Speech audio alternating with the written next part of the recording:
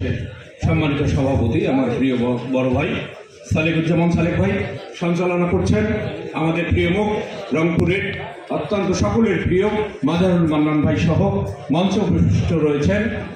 আজকের এই সাংবাদিক সমাবেশের সম্মানিত প্রধান অতিথি, বিশেষ অতিথি, উদ্বোধক সহ রংপুর জেলা বিএনপির সম্মানিত আহ্বায়ক উপস্থিত রয়েছেন রংপুর জেলা বিএনপির বিপ্লবী সদস্য সচিব আনিসুর রহমান লাকু ভাই সহ উপস্থিত সকলকে শুভেচ্ছা জানাচ্ছি কাউনিয়া সকল সাংবাদিক ইউনিয়নের পক্ষ থেকে।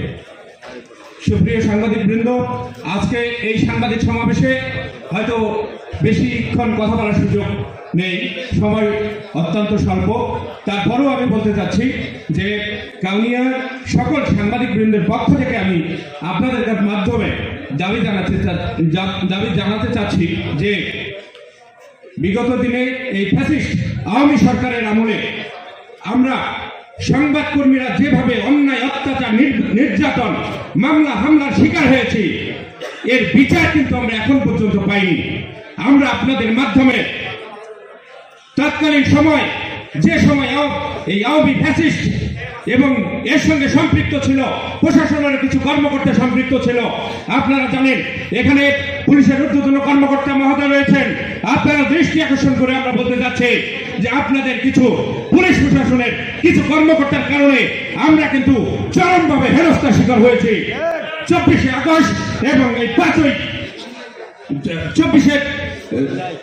5ই আগস্টের পূর্বে আমরা যেভাবে এক কথায় যেভাবে নির্যাতনের শিকার হয়েছি, যে আমরা ভাষায় প্রকাশ করতে পারছি না। আজকে আপনাদের সামনে আমাদের সংক্ষিপ্ত সময়ের মধ্যেও কিছু কথা না বললেই আমাদের হচ্ছে না।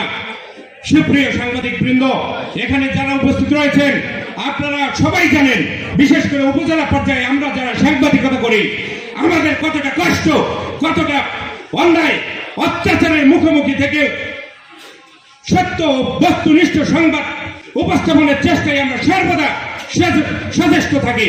কিন্তু একটি ঘটনা যখন ঘটে যায়, আমরা যখন কাউনিয়া থানা দিয়ে আমি উদাহরণ দিচ্ছি, যেমন কাউনিয়া থানা ভারপ্রাপ্ত কর্মকর্তা তৎকালীন ওসি ছিলেন মাহফুজুর রহমান, আমরা তাকে ধরে নিতে পারি ফ্যাসিস্ট আওয়ামী সরকারের অত্যন্ত একজন সহচর, যিনি আমাদের সরাসরি পুলিশ দিয়ে হুমকি দিতেন এই রিপোর্ট করা যাবে না, পুলিশের একুশে কোন রিপোর্ট আমাদের করা যাবে না।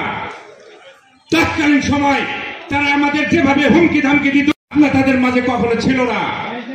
তাই আমি সম্মানিত অতিথি মহোদয়ের দৃষ্টি আকর্ষণ করে বলতে যাচ্ছি যে একটি ঘটনা যখন ঘটে যায়, আপনারা যদি প্রত্যেকটি থানায় মেসেজ দিয়ে দেন যে ঘটনাটি ঘটেছে, তাদের একটি গ্রুপ রয়েছে, সেই গ্রুপে যদি মেসেজগুলো দিয়ে দেয়, সমস্ত মেসেজগুলো আমরা কিন্তু সকল সাংবাদিক বৃন্দ আমরা কিন্তু পেয়ে যাই।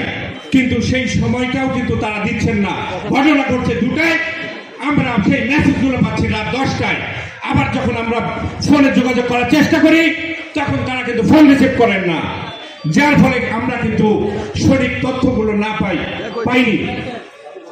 যাই হোক, এখানে অনেকেই বক্তব্য দেওয়ার রয়েছেন, আমি আরো অনেক কিছু বলার আমার ছিল, কিন্তু সময় স্বল্পতার কারণে আমরা বলার সুযোগ নেই।